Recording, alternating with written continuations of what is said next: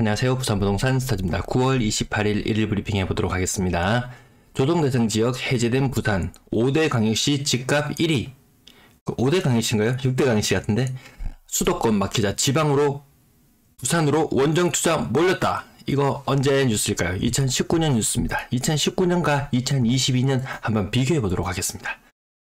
자, 2019년 뉴스. 자, 10월 초죠. 10월 초에 규제가 해제되면서 아파트 미분양 급감, 그리고 조정해상 지역 해제된 부산 또 분양 광고도 있습니다. 그 와중에 그 다음 5대 광역시 집값 1위 이렇게 나오기도 하고요.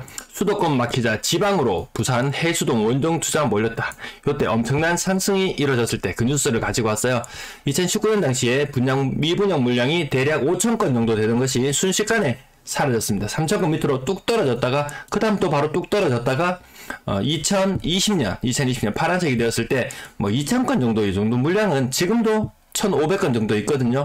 근데 이게 지금 1,500건 미분양이 어떤 분이 좀 다뤄달라고 하셔가지고요. 1,500건의 미분양 물량이 있는 것이 이게 늘어나면요, 한순간에 폭발합니다. 대구도 작년 말까지 2,000건, 3,000건, 요 정도 2,000건 요 정도 수준이었어요. 그러던 것이 갑자기 부동산 경기가 식어버리니까 미분양이 폭발합니다. 그래서 순식간에 7,000건, 8,000건 이렇게 지금 현재 나와 있어요. 공식적으로는 7,000여 건, 비공식적으로는 한 9,000건 정도까지도 보고 있거든요. 물론 더 많을 수도 있어요. 부산도 이거 한순간에 올라가는 거 한순간입니다. 예. 자, 오늘자 규제 해제 이후에 거래 건수 그리고 거래 금액 한번 보시면요, 해운대, 동백, 두산 리버더 제니스 요거 가격 나중에 추적 한번 해볼게요. 4억 2천, 야 대단하네 라고 이야기할 것도 못된다 사실. 나중에 한번 살펴볼게요. 자, 그 다음 9월 27일자 거래들 이어서 살펴보는데요. 용호동 LG 메트로시티 3 요거 가격 6억 5천까지 갔던 것이 20% 이상 하락했고요. 동래 삼정 그린코어 포레스트 20% 이상 하락. 구암동 타워 벨빌 가격 20% 이상 하락. 요거 보시면은 규제 해제 이후에 가격 상승 없잖아요. 신고가를 써나간다든지 그런 거 없죠. 네, 가격 안 좋습니다. 이어서 9월 27일자 그리고 9월 26일자 요 같이 한번 살펴보면요, 가격 어느 정도로 빠지냐 하면은 무궁화 아파트 가격 한 25% 정도 빠졌고요. 사만 힐파크 한 20%, 요것도 한 23%, 네, 그 정도 빠졌고요. 신고가도 한 건 있었는데 요 대형 평형 요 지나갈게요. 보합권도 있었고 개법 한신 20% 이상 한 25% 정도. 대방 아파트 요것도 가격 거의 30%, 한 25%. 네, 이것도 보면 규제 해제 이후에 달라지는 게 없네. 그렇다고 거래량이 폭발적으로 늘었냐? 또 그렇지도 않습니다. 자, 9월 26일, 27일자 거래 나오는 거 보면 가격 하단 부분도 떨어지는 건 매한 가지더라. 이 심한 건 이거 30% 이상이거든요. 기본적으로 20%, 30% 정도는 봐야 되는 정도다. 구독, 좋아요 안 한 사람? 없죠? 지금이라도 부탁드려요. 자, 매도 물량, 임대 물량 살펴보시겠습니다. 규제 해제된 이후에 매물 폭발적으로 증가. 요 추석 이후로 다시 보면 증가세구나, 이런 거 느껴지십니다. 야, 과거에도 많았잖아. 물량 많았잖아. 이거 그때 허위 매물 많을 때잖아. 파란색 선, 이 상단에 있던 것을 무시하고 본다면 지금 역대급 매물인 것은 분명합니다. 자, 전세 물량은 또 얼마나 가파르게 늘어나는가. 추석 이후에 가파르게 늘어나고 있습니다. 15,400건. 연말 되면 16,000건까지 간다 했습니다. 내년에 2만 건 순식간에 돌파합니다. 월세 물량도 아주 가파르게 활처럼 휘어서 올라간다. 이게 급등하는 시기에는 뭐든지 이런 현상들이 좀 있는데요. 현재 거의 8,000건에 육박하는 월세 물량이 나와 있어요. 굉장한 겁니다. 전체 임대 물량 23,300건. 갈수록 가속도가 더 붙고 있다. 요 정도만 이해하시면 되겠고요. 2019년 11월 6일 이때 규제 해제되었을 때 9월의 거래량은 2,500건, 10월에 냄새를 맡았어요. 이때 워낙 한 2년간의 침체 기간 동안 워낙에 하락이 심했었기 때문에 해수동 규제 해제, 부산 부동산 다시 살아난다. 11월 6일에 해제가 되었다고 제가 뉴스 찾아보니까 나오던데 정확한지는 모르겠어요. 아무튼 뉴스 상에서는 11월 첫째 주로 나와 있었거든요. 그랬던 것이 냄새를 맡고 10월달에 거래가 붙었어요. 그리고 11월달 규제 해제가 되자마자 8,000건. 부산의 빙하기 몇 건이라고 했는가요? 3,000건. 야, 3,000건 이상 뚫고 올라갔다. 야, 그러면 신호가 왔다. 요렇게 감지할 수 있거든요. 그리고 나서 다시 11월달 폭발적인 거래 상승, 거래량 증가, 그리고 가격 상승을 맛봤습니다. 2022년 9월 26일 규제 해제되었습니다. 지난 월요일에 규제 해제되었습니다. 근데 애꿎은 매물만 늘고 있다. 거래량은 사전에 늘지 않았다. 요거 포인트잖아요. 8월달에 거래. 이따가 한번 살펴볼게요. 8월, 9월 한번 살펴볼 겁니다. 만약에 9월달 규제 해제될 걸 눈치챘다면 8월달, 늦어도 9월달 초반에는 이미 규제 해제 분위기는 이미 전운이 감돌고 있었다. 워낙 뉴스도 많이 쏟아내고 정부에서 강력한 의지도 표명하고 있었다. 그러면 눈치를 챘을 텐데 왜 거래량이 안 불어날까요? 안 늘어날까요? 현재 9월달 거래량도 늘어나지 않았다. 8월달, 9월달 집중적으로 한번 살펴보도록 하겠습니다. 자, 거래량 8월달 웬걸. 과거에 2019년도에 해제될 때는 만약에 규제 해제 전달에 2,500건, 전전달에 2,500건, 그 달에 전달에 4,000건, 규제 해제가 된 달에 8,000건, 이렇게 거래량이 늘어났어요. 그래서 제가 3,000건이 포인트라고 말씀드렸죠. 빙하기인지 아닌지. 근데 바로 뚫었을 때와 비교해본다면 지금은 너무나 초라하다. 규제 해제되기 전에 아무도 공격적으로 매수하는 사람도 없었을 뿐더러 규제 해제되고 나서도 공격적으로 매수를 하는 사람이 없더라. 위에 노란색 선 다시 한번 보실까요? 노란색 선 보시면은 2019년 죄송합니다. 회색선이에요. 회색선 한번 살펴보시면 2,500건 거래에서 4,000건, 거기에서 8,000건. 엄청나지 않습니까? 그 이후로도 3,000건 이상을 유지하더라. 3,000건 이상, 시장 분위기가 괜찮으려면 3,000건 이상은 유지해 나가더라. 그 지금은 웬 말인가요? 3,000건에 거의 세 토막이 나는 정도의 수준? 그마저도 회복하기 힘들다. 3,000건의 절반인 1,500건까지만 가도 다행이다라고 이야기해야 될 정도로 거래량은 처참합니다. 이게 규제 해제된 현실입니다. 자, 거래량 일평균 33건, 지난달에 일평균 35건, 7월달은 일평균 47건의 거래량이에요. 거래량이 오히려 더 줄어들고 있다. 정말 상승을 해줬으려면 정말 이런 지금 제가 빨간색 선을 그렸는데요. 이런 모양이 나타났어야 됐다. 이런 모양 없었다. 그러면 지금 공격적으로 매수할 타이밍인가? 아니다. 과거와는 다르다. 자, 오늘 이 부분 해운대, 동백, 두산, 이비도, 제니스 7억짜리가 11억 2천. 이게 대단한데? 라고 생각하고 가격을 추적해봅니다. 2019년 이때 7월달에 가격이 6억이었어요.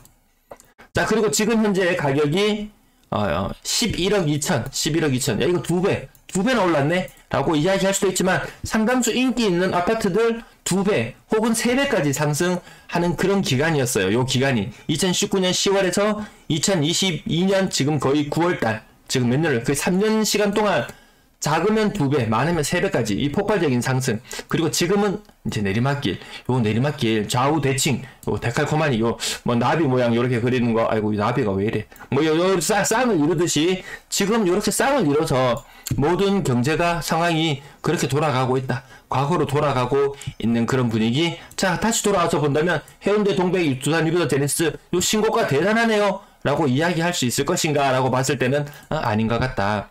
또 하나의 신고가 살펴보시면 구소동 롯데캐슬 골드 2단지 10% 정도 상승하는 거. 이 대형평형 굳이 찾아보진 않았어요. 자, 그 다음 대형평도 하락을 많이 하더라. 엘크루 블루오션 20% 정도 하락했고요. 해운대 자이 2차 1단지 20% 정도 하락. 해운대 레미안 2단지, 뭐 해운대 이름 붙는 것들도 다 떨어지네요. 해수동 뭐 끝발 날리나요? 끝발 날리진 않죠. 자, 레미안 장정 30% 정도 하락하기도 했고요. 자, 그 다음 아파트도 가격 보시면 LG 메트로시티 25% 정도 하락, 센터 미편한시장 20% 정도 하락, SK 10% 정도, 나머지 보합권 거래, 북옥동 푸르지오 대략 20% 정도, 동네 센트럴 파크 하이츠 30% 정도 하락. 하락 많죠? 많습니다. 지금 주간 실거래 지수 지난주에 마이너스 0.20, 여기에서 조금 더 낙폭이 조금 더 확대되어서 나타날 수도 있을 것 같습니다. 이번 주에 목요일날 발표되죠. 목요일 오후 2시에 발표됩니다. 그거 관심있게 살펴보실 필요가 있습니다. 동네 삼성그린 코퍼레스트 20% 정도, 수영 SK뷰 1단지 고점 대비 20% 정도, 동원 로얄 듀크 고점 대비 10% 정도, 센텀 울신 골든빌 보합, 동원 로얄 듀크 20% 정도 하락. 20이라는 숫자 저거 생각보다 이 금액대가 좀 높잖아요. 지금 5억 6억 뭐 이렇게 거래되는 아파트들, 이거 이 말이 20%지 억 단위로 툭툭 날아갑니다. 사직상용례가 20% 정도, 상하 아파트 20% 정도, 나머지 신고가 3천만원짜리, 3천만원, 10%면 많이 올랐는 겁니다. 센텀, 우신, 골든빌 10% 정도 하락, 헤리츠, 리더스, 하단 이건 10% 못되게 하락하는 모습. 나머지 야 그래도 좀 비싼 아파트들 거래 좀 많이 3억 이상 거래 많이 되었어요. 오늘 왜 이렇게 거래가 많이 신고되지? 라고 느낌이 들 정도로 근래 약간 달라지는 분위기가 있기는 있어요. 자, 건당 거래대금 여기 비싼 아파트들 조금 거래되면 올라갑니다. 이게 분위기 좋아지려면 일단 건당 거래대금이 올라간다는 기본 전제가 어느 정도 좀 깔려 있어야 돼요. 왜? 비싼 아파트들이 시장을 주도하니까. 3,000건이야 빙하기라고 했는데요. 규제 해제되고 나서 이 선을 넘어야 되는데 니마 이 선을 넘기가 얼마나 힘들 것인지 지금 거래량 1,000건 1,000건 안팎의 거래량으로 이 3,000건을 돌파한다? 이게 정말 힘든 일입니다. 아파트 가격이 좀 싸면 모르지. 예, 근데 어떤 분이 댓글을 남겨주셨는데 60 오르고 이제 20 떨어졌다라고 이야기하는 분이 계셨어요. 야, 그러면 저는 한마디 덧붙이고 싶어요. 야, 그럼 떨어질 구간이 이렇게나 많이 남아있다고? 이렇게도 이야기 생각해 볼 수는 있습니다. 그리고 시장을 움직이는 사람들 없어요. 분양권 8건 중에서 신고가는 없었고요. 신규 거래는 있었어요. 대연 3전 그린과 더베스트 24평형 4억 초반대에 거래가 이뤄졌고요. 힐스테이트 4역 고점 대비 거의 2억 가까이 차이 나죠. 대구에서는 많이 나타나는 그런 현상이라서 좀 새삼스럽지는 않습니다. 오션라이프 엘리네들 일단지 고점 대비 1.2억 정도. 와, 1, 2억. 아이고, 너무 큰 돈이다. 제 통장에는 한 번도 본 적도 없는 그런 0이 몇 개인가요? 1억이면 1이 동그라미가 8개 아닙니까? 8개. 아이구야. 이렇게 4자리씩 끊어서 읽는가? 네. 초등학교 때 배우셨죠? 자, 전세 거래량 많지 않아 보인다. 이거 정말 이상하다. 왜 이렇게 거래량이 많이 줄어들지? 뒤늦게 신고되는 비율들 한번 살펴볼게요. 5월달 거래. 밑에 표가 너무 작아서 제가 말씀드릴게요. 5월달에 거래가 좀 6월달 방송을 마무리할 때쯤 되면은 5월의 거래량이 확정적으로 신고되었어요. 2265건.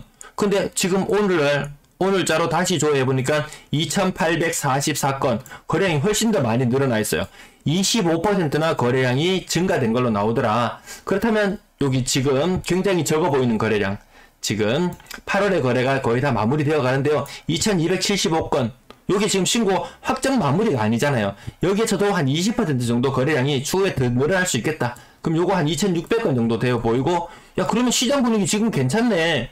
괜찮네라고 느껴야 됨에도 불구하고, 지금 우리가 임대차 3법이 완성이 안 되는 바람에, 야, 시장이 왜 이렇게, 거래가 왜 이렇게 없어? 사람이 심리가 그렇잖아요. 안 된다 하면 더 안 되는 그 분위기. 가격 올라간다 하면 더 사고 싶고, 떨어진다 하면 더 사기 싫고 하면 안 되는 그 사람의 심리가 얼어붙게 만드는 게 이 원희룡 장관이 했던 임대차 3법 그 3번째 조항, 전월세 신고제. 야, 그거 1년 더 유예해 줄게. 근데 말이 유예지. 그거 신고하셔야 되는 거 알고 계시죠? 나중에 과태료 대상이 됩니다. 꼭 신고하셔야 되는 부분이에요. 자, 전세가요. 또 억 단위로. 이거 너무 많이 떨어져서 이거 3.5 고점 대비 4.8억. 이런 좀 약간 특수한 거래들이 있으니까 너무 많이 차이 나는 것은 그렇게 탐구할 필요는 없겠지만 억 단위로 차이 나는 것은 반드시 살펴볼 필요가 있다. 여기서 1.3억, 1.1억, 1.7억, 1.8억, 2.1억, 이 전부 다 임차인에게 다 돌려줘야 되는 돈. 사실 이거 임차인 돈도 사실 많지 않기 때문에 사실 은행에 돌려줘야 되는 돈이라고 보는 게 오히려 더 맞을 것 같습니다. 돈 못 돌려줘가지고 와, 말도 못할 일들이 정말 많이 펼쳐지고 있습니다. 임대인분들, 임차인분들이 지금 과거에 높은 전세로 살고 있었다면 언제 나갈지 모르잖아요. 갱신했어요. 갱신했는데 조금 살다 보니까 임대인 입장에서는 당연히 이 2+2로 살 거라고 생각했는데 임차인의 입장은 또 달라요. 임차인의 입장은 다릅니다. 임차인은 야 2년 살고 나서 갱신한다고 해서 살고 있었는데 한 3개월 조금 살다 보니까 이웃에 신축 아파트 많잖아요. 신축 아파트 전세 가격이 뚝뚝 떨어져요. 그럼 임차인은 어떻게 하느냐? 저 나가겠습니다 라고 임대인에게 통보합니다. 임대인에게 통보해요. 그러면 임대인은 3개월 내로 돈을 찾아서 줘야 됩니다. 그게 지금 현재 법이에요. 복비가 어쩌고 하지만 그 판례를 통해서 보면 임대인이 사실 다 부담하는 게 맞아요. 임차인은 자기 고유한 권한을 법이 정한 권한 사용하는 겁니다. 신축으로 딱 빠져나가 버리는 순간 임대인은 새로운 세입자 구하지 못해요.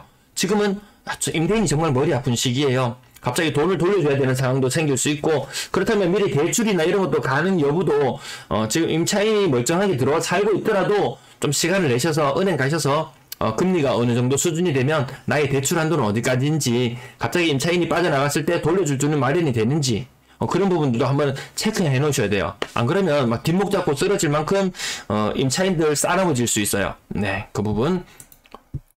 자, 가격, 쓸데없는 이야기를 많이 해서요. 가격 부분 잠깐씩 필요하신 부분 있으면 많이 떨어지고 있구나 그냥 느끼는 정도로 잠깐 보시고 지나가시면 될 것 같습니다.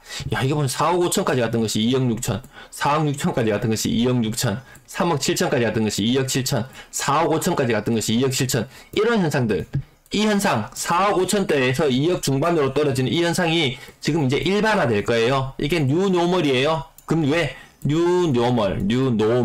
네, 새로운 표준. 자, 금리 때문에 이렇게 될 수밖에 없다. 이 부분 계속해서 말씀드립니다. 미리미리 대비책 좀 마련해 두세요. 자, 전세 가격 위험하다 하니까 사람들이 전세를 더 안 살게 되죠. 오히려 월세로 쏠림이 더 심해지면서 전세 시장은 더 큰 타격을 받는다. 이놈의 정부는 집값 올려놓으라고 뽑아놓더니 이거 뭐 하는 짓인지 오히려 좀 화가 날 정도죠. 자, 3억 미만의 비율이 점점 올라가고 있고요. 방학 이상 거래는 줄어드는 모양. 요거 10% 깨지면 요거 나름 의미 있습니다. 10%는 어떻게든지 금리 몇 차례 금리를 올렸을 때도 10% 이상 비율은 지켜냈는데 이 자존심을 구길 날도 머지않은 것 같다. 평균 전세 가격 한번 스텝이 꼬이기 시작하고 내려가기 시작하면 자, 가파르게 떨어질 수 있습니다. 왜? 물량이 너무 많아서.